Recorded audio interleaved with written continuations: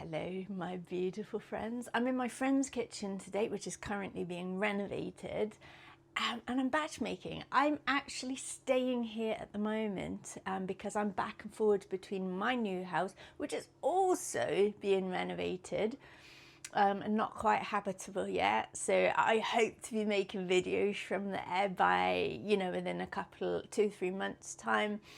For now I'm in here.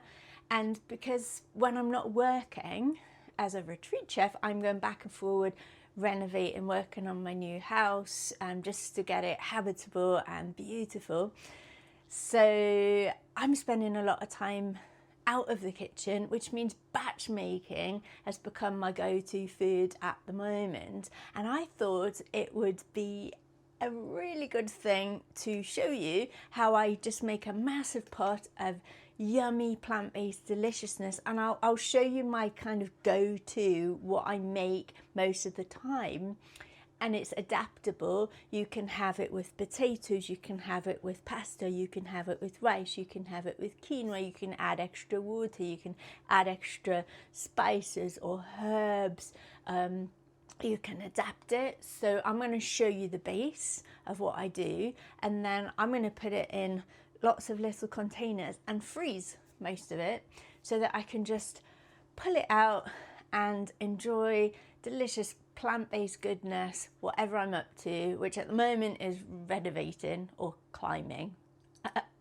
So let's go. Oh, if you make it, let me know in the comments. If you have any questions, let me know in the comments. I love hearing from you, and please do give us a thumbs up because that helps me be here massively. All right, let's go see how delicious and easy it is to make a massive stew pot of batch made deliciousness. What I'm looking for is faff-free, easy, simple cooking. So I've just gone in the fridge and I've pulled out sweet potatoes, carrots, broccoli, sweet pepper and mushrooms. And I'm going to chop them up and put them all in the pan. It doesn't really matter how you chop them. Chop them as small as you can, or if you want to go chunky, you can go chunky as well. I'm also going to use a can of cannellini beans. You can use chickpeas. I would use it from a can just to save time if you're in a hurry.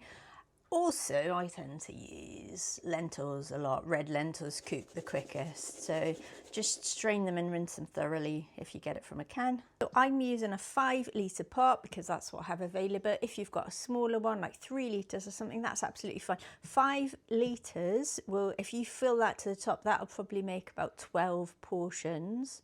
But if you don't have a big pot like this, just use something smaller, and that's absolutely fine. Just adapt the recipe. So normally with broccoli or cauliflower, I would actually lay it on a tray and give it a bit of a roast for 10 minutes. Just roast it as it is, just like that. But I haven't got time today, so I'm just going to pop this in as it is. And yeah, you use the stalk, just cut any gnarly bits off the stalk as well. I like to chop the stalk a little bit smaller. Okay, so I have changed my mind. I am actually going to pop this in the oven. Actually, there's an air fryer over there, which is pretty much like a convection oven. So I'm just going to pop this in for 10 minutes, and this will deepen the flavour. And it does make the world of difference if you just roast your broccoli or cauliflower, whatever you use it in, just for 10 minutes. And you don't need any oil on it or anything. And I'm just going to stop being lazy and get it in there. Sweet pepper and mushrooms. People often like to fry them or saute them, and sometimes I do that, sometimes I don't. And the reason that I don't always do it is because if you've got a lot of delicious flavour, which this is going to have by the end of it, you don't really need to saute them. It does help at times, but not in this case actually. So I'm just going to chop this into little slithers and then pop it in as it is. You could do it into little cubes, or you could just do it into slithers like that. And there's my cannellini beans. Remember, you can change them for chickpeas, kidney beans, black beans, whatever you like. And if you want more beans, just add a couple of cans. And then I'm going to put 500 mils of passato. You can use tinned tomatoes as well. Then I've filled the carton up with filtered water, and I'm just going to add that in. I'll probably put 500 times 2. So I'll fill this up twice and put water in as well. Actually, let's have a little look. I don't want to put too much water in, so maybe I'll just leave it 500 mils of passata and 750 of water, and then I'll see how that goes, because I do want it to be a thick stew. It will thicken up when I put the coconut in as well. We're going to put coconut in. This is where you get to play with different flavors. This is a frozen block of pureed ginger. Normally I'd grate about an inch ginger cube into something of this size, but my friend's actually got a whole bunch of these frozen ginger blocks, which are really cheap and available in some supermarkets actually. So I'm actually putting that in. It's cheating, but that's absolutely fine.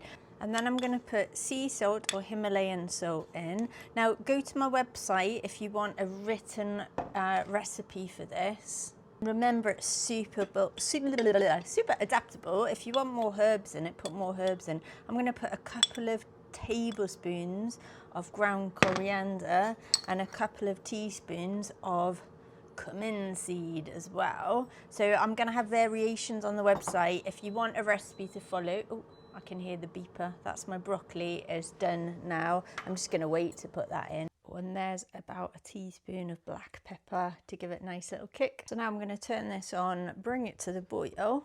As it comes to boil, you can start to give it a little bit of a mix in. You want to make sure everything cooks nice and evenly. So during the cooking period, I would mix it in a few times.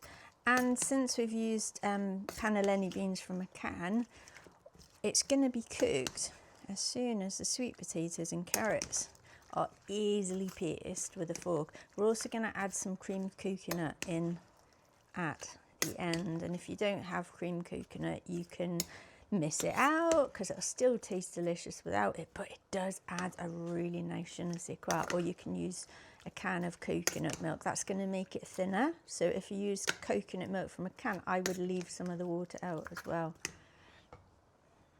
So this is creamed coconut, which comes in a solid block form and imparts a delicious creaminess to the recipe and a gorgeous coconut flavour. If you don't know what coconut is, creamed coconut, then one of my most popular videos on YouTube, go check that out, is called What is Creamed Coconut? And I use it in quite a few of my recipes. So all you do is get a sharp heavy knife and chop it up. This is about 1/4 of a block, which is 50 grams. You can put more in, you can put less in, you can leave it out completely. And I tend to put this in near the end of the recipe. It also acts as a thickening agent right at the end. So there we go, it's coming to the boil now, and I just like to mix that in, make sure everything cooks evenly. When I can easily pierce the carrots and sweet potatoes with a fork, I know it's ready. So what I want to do is, at that point, put my creamed coconut in, and all I want to do is let this melt, which will take a couple of minutes, and that acts as a bit of a thickener. And then I also want to put this broccoli that I put in the air fryer. And then I want to mix this all in. The only other thing I really want is a big handful of chopped parsley or chopped herbs, greens of some sort, or nettles. I love foraging nettles. So I'm going to see what I can get. I haven't got any of those in at the moment.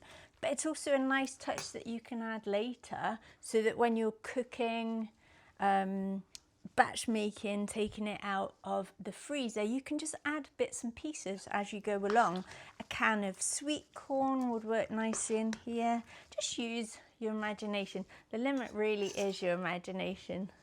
And if you want a free face sauna, get one now. So there you go, that's nice and ready now. I'm going to put that in containers and then let it cool down, freeze it. I'm going to put some of it in the fridge, and I've got so much going on this week, so I'm just going to pull some out. I'll maybe add some other things to it and have it with rice or potatoes or just on its own. And I'm going to the climbing wall a couple of times this week to do some training there, and I'm just going to make it up and put it in one of those thermos flasks.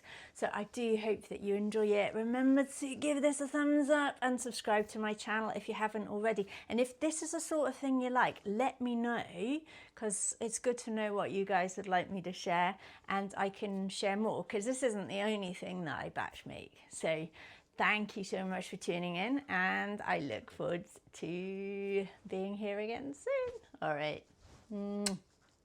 bye for now.